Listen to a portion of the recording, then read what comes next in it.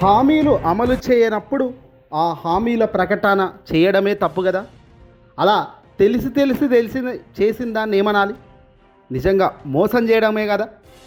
ఆంధ్రప్రదేశ్లో కూటమి అధికారంలోకి రావడానికి, జగన్మోహన్ రెడ్డి గారిని గద్దెదించడానికి ఆనాడు వీళ్ళు చేసిన ప్రకటనలు, హామీల వర్షం అంతా ఇంతా కాదు. సూపర్ 6 అంటూ చంద్రబాబు ఒక కొత్త ప్రయత్నం చేస్తూ ఏకంగా పెద్ద ఎత్తున ప్రచారం చేశారు. ఈ ప్రచారం పీక్స్కి చేరింది. ప్రతి ఇంటికి సూపర్ 6 పథకాలు వస్తాయి అంటూ ఊదరగొట్టేశారు. ఏకంగా ఊదరగొట్టిన విషయం ఏ రేంజ్లో వైరల్ అయిందంటే, ప్రతి ఇంట్లో మాకు పథకాలు వస్తాయిలే చంద్రబాబు అన్నట్టుగా అక్కడ చిత్రీకరించారు. బాబు షూరిటీ, భవిష్యత్ గ్యారంటీ అన్నారు. చంద్రబాబు సూపర్ 6 అంటూ పెద్ద పెద్ద ప్రకటనలు చేశారు. స్కూల్కి వెళ్ళే ప్రతి విద్యార్థికి ఏడాదికి జగన్మోహన్ రెడ్డి గారు ఇంట్లో ఎంతమంది ఉంటే అంతమందికి ఇవ్వట్లేదు, మేము అధికారంలోకి వస్తే విద్యార్థులు ఎంతమంది ఒక ఇంట్లో తల్లి ఖాతాలో అమౌంట్ వేస్తాం, ఎంతమంది పిల్లలున్నా పర్వాలేదు, 15,000 వేస్తామన్నారు. నిజంగా ఇది దారుణం కాదా? ఇప్పటికీ ఒక్క స్కూల్కి వెళ్ళే ప్రతి విద్యార్థికి ఒక్కరికంటే ఒకరికి కూడా ఇప్పుడు 15,000 పడ్డది లేదు. కనీసం జగన్మోహన్ రెడ్డి గారు ఉంటే ఒక్కటికన్నా పడేది కదా. ఇప్పుడు కనీసం ఆ 15 ఈ 15 ఏ 15 లేకుండా పోయిందని ప్రతి ఒక్కరూ కుంగిపోతున్నారు.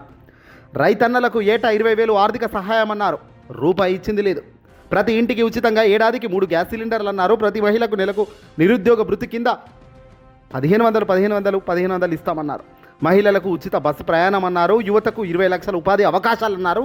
ఇవేవి కూడా లేకుండా పోయాయి. ఇవి మోసం కాదా? కట్ చేస్తే ఇప్పుడు చంద్రబాబు నాయుడు గారు స్వయంగా మాట్లాడుతున్న మాటలు నిజంగా మరో దారుణం. ఎన్నికలకు ముందు ఓ మాట, ఎన్నికలు ముగిసిన తర్వాత ఇప్పుడు అధికారంలోకి వచ్చిన తర్వాత ఓ మాట. ఎన్నికలకు ముందు బయట నుంచి చూస్తే సూపర్ 6 హామీలు అమలు చేయగలనని అనిపించిందట. అందుకే ప్రజలకు ఆ హామీలు ఇచ్చాడట.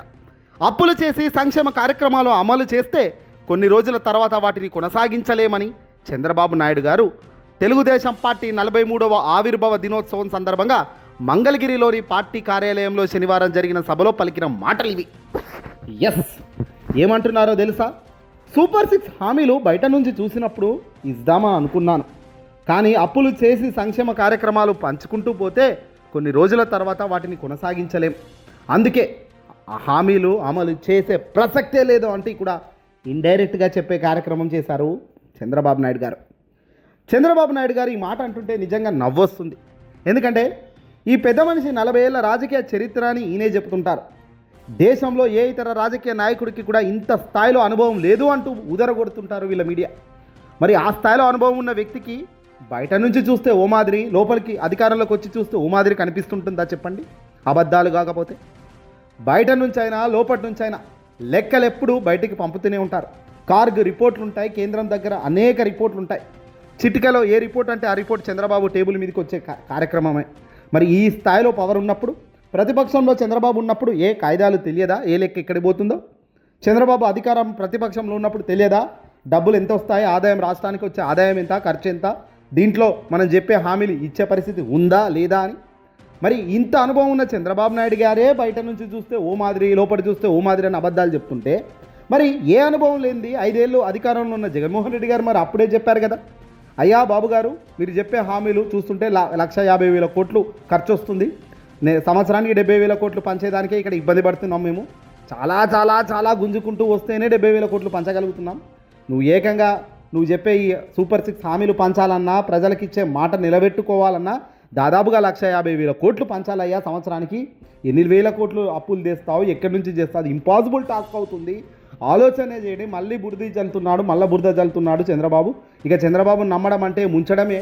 చంద్రబాబును నమ్మడం అంటే పడుకున్న దయ్యాన్ని లేపడమే పైకి అంటూ ఇలా జగన్ అనేక రకాలుగా క్యాంపెయిన్లో తను చెప్పుకుంటూ వచ్చినప్పటికీ ప్రజలు జరగాల్సిన నష్టం జరిగేలా చేశారు. కానీ ఇప్పుడు అదే చంద్రబాబు నాయుడు గారు ఏమంటున్నారు?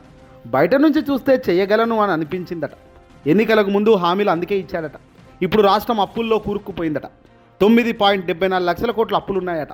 వాటికి వడ్డీలు కట్టాలట. అప్పు చేసి సంక్షేమ పథకాలు ఇవ్వలేమట. టీడీపీ 43వ ఆవిర్భావ వేడుకల్లో స్వయంగా చంద్రబాబు పలికిన ముత్యాలు ఇవి. ప్రస్తుతం 9,74,000 కోట్ల అప్పులున్నాయని చెప్తున్నారు. వాటి వడ్డీలు అసలు కట్టాలని ముఖ్యమంత్రి అంటున్నారు. అభివృద్ధి ఆగిపోయే పరిస్థితి ఉందని చెప్తున్నారు.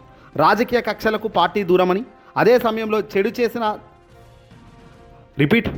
అదే సమయంలో చెడు చేసి తప్పించుకోవాలంటే తాట తీస్తామంటూ హెచ్చరిస్తున్నారు. పైకి హెచ్చరించరు, లోపల మాత్రం పిల్లి మొగ్గులు. పార్టీకి కార్యకర్తలే ముందని, నాయకులు తర్వాత అని చెప్పారు.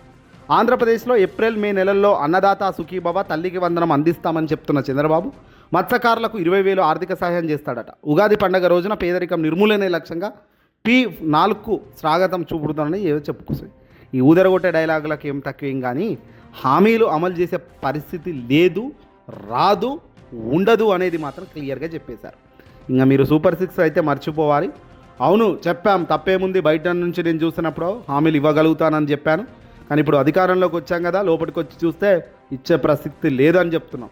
అప్పుడు నమ్మిన మీరే ఇప్పుడు కూడా నమ్మాలి అన్నట్టుగా చంద్రబాబు తన బిహేవియర్ కనబడుతుంది. అప్పుడు నన్ను ఓట్లేసి గెలిపించారు, ఇప్పుడు భరించాల్సిందే, 5 ఏళ్ళు నేనే ఉంటాను అధికారంలో, తాట తీస్తాను అంటే ఒక రకంగా బెదిరిస్తూ, మరో రకంగా ఏదైనా చేస్తాను, భరిస్తూ ఉండండి, తర్వాత దేవుడు ఎరుగు, కాలం గడిచినాక దేవుడు ఎరుగు అని అనుకుంటున్నారు. ఏదేమైనప్పటికీ ఈ స్థాయిలో ఆంధ్రప్రదేశ్ అప్పుల ఉబ్బిలో కూరుకుపోవడానికి గల కారణం కూడా చంద్రబాబే. గతంలో 2014 నుంచి 2019 దాకా ఆపేద మనిషి ఉన్నాడు అధికారంలో. 2019 నుంచి 2023 దాకా జగన్మోహన్ రెడ్డి గారు అధికారంలో ఉన్నారు. ఆ తర్వాత మళ్ళీ చంద్రబాబు, అంటే most of the period, most of the time Chandrababu అధికారంలోనే ఉన్నారు.